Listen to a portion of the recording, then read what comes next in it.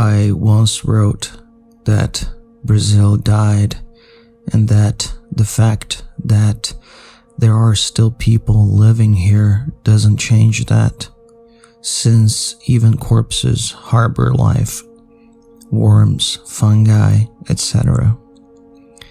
I was talking about politics, but I was wrong. I apologize. It's not just Brazil. It's not even just humanity. There is only death with life.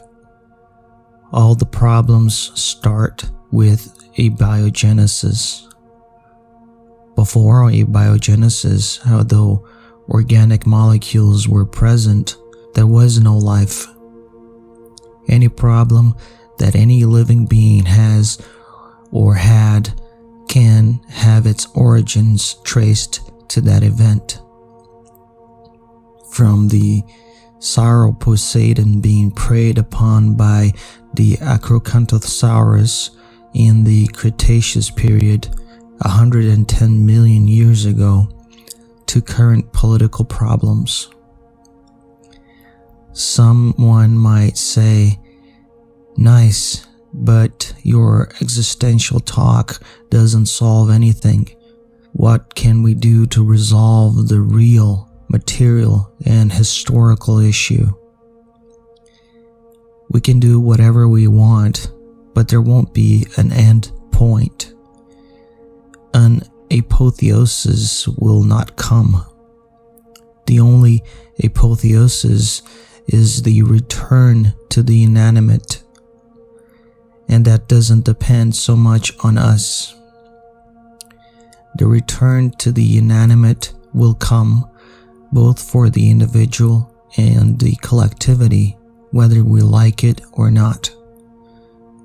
The vast majority of species that existed no longer exist, and we have a very good idea that those that exist today will one day become extinct, including ours.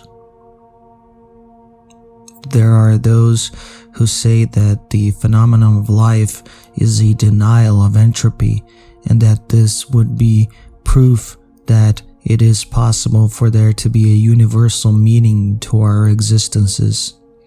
Yes, life in a local and temporary sense is the negation of entropy. A living being organizes energy and matter in such a way that it does not become dispersed. But in a universal sense, no. Worms and fungi accelerate the decomposition of a body, for example. In other words, they work in favor of entropy, although they seem to deny it as individuals. It wouldn't surprise me if life was just a universal mechanism for accelerating entropy at the cost of temporarily and locally denying it. What sadness! This whole spectacle full of sound and fury not only means nothing, but is the result of an insidious, immoral, demonic mechanism. It is no wonder that even in mythologies and religions, from time to time, those sensible heretics appear who describe the world not as the work of a benevolent God, but of the devil. These sensible people would not thank the one who imprisons them in decadent matter, much less worship him. They suffered, as some of us do today, from excessive lucidity. Therefore, they were unable to pay homage to the Creator. In a world where the scientific view is dominant, we do not need to anthropomorphize a culprit. Nature, that is, existence, is itself to blame, but as a fatality is to blame.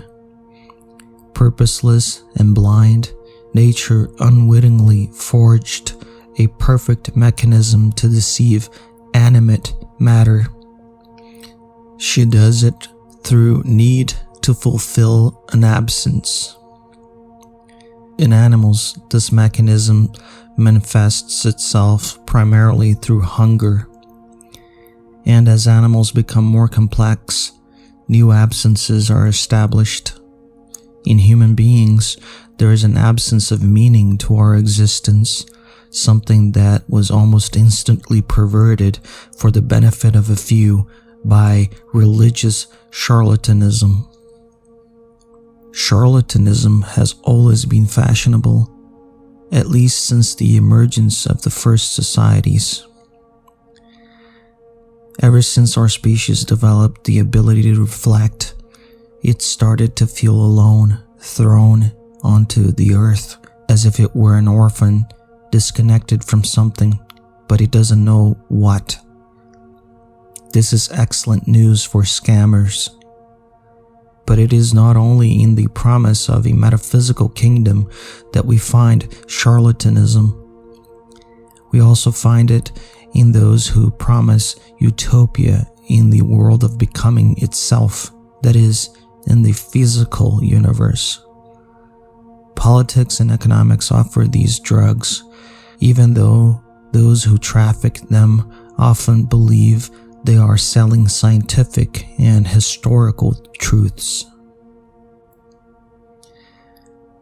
A relief, a brief moment of rest, the feeling of being at home. That's all we can expect from this life at best. But we are never really at home, because this place is not our home. We're passing through here for a short while, then we evaporate as if we had never existed. Most of us, perhaps all of us, won't even appear in fossil records in a few million years. And if, by some miracle, we manage to get out of here and reach the stars, we will wish we had ceased to exist before the first rocket reached Earth's orbit. In the same way, we should lament that our ancestors, having discovered fire, did not decide that it was time to stop then and there and no longer feed death with new lives. However, we shouldn't be so hard on them. After all, they had just awakened their consciousness and lived almost like automatons, without the capacity for reflection that would come to mark humanity after the emergence of the first great civilizations of antiquity. And yet, rare are those who stop living like automatons, even among us in the contemporary world of technology. The root of all evil is found in the beginning. If we consider man's deep consciousness as negative, the beginning was the moment we separated ourselves from other animals. But if we consider any sensation of pain that exists in the animal kingdom to be negative, the beginning is found when the first animals appeared, hundreds of millions of years ago, in the Precambrian period. However, there are reasons to imagine that natural selection always ends up resulting in beings capable of feeling pain. The beginning is in abiogenesis itself, the moment when the inorganic or inanimate was able, through certain rare processes, to produce a being capable of consuming nutrients to acquire energy and self-replication. It is rare because, from what we can observe on the other planets in our solar system and on exoplanets so far, we have not found signs of life. And even if we end up finding it, we know it will be in the minority of them. The majority of the cosmos is devoid of life and free from the condition of possibility of having problems.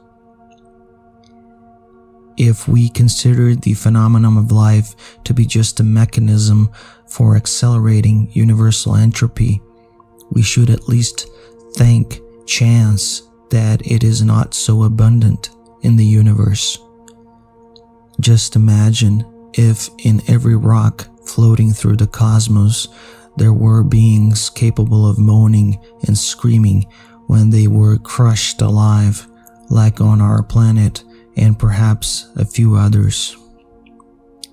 Imagine an even sadder scenario. If all planets contained species capable of reflecting as we humans reflect, species capable of organizing themselves the way we organized ourselves throughout our meaningless history, doomed to go through all the endless, insoluble, and violent individual and collective contradictions that we all go through. It's better that the root of all evil is rare.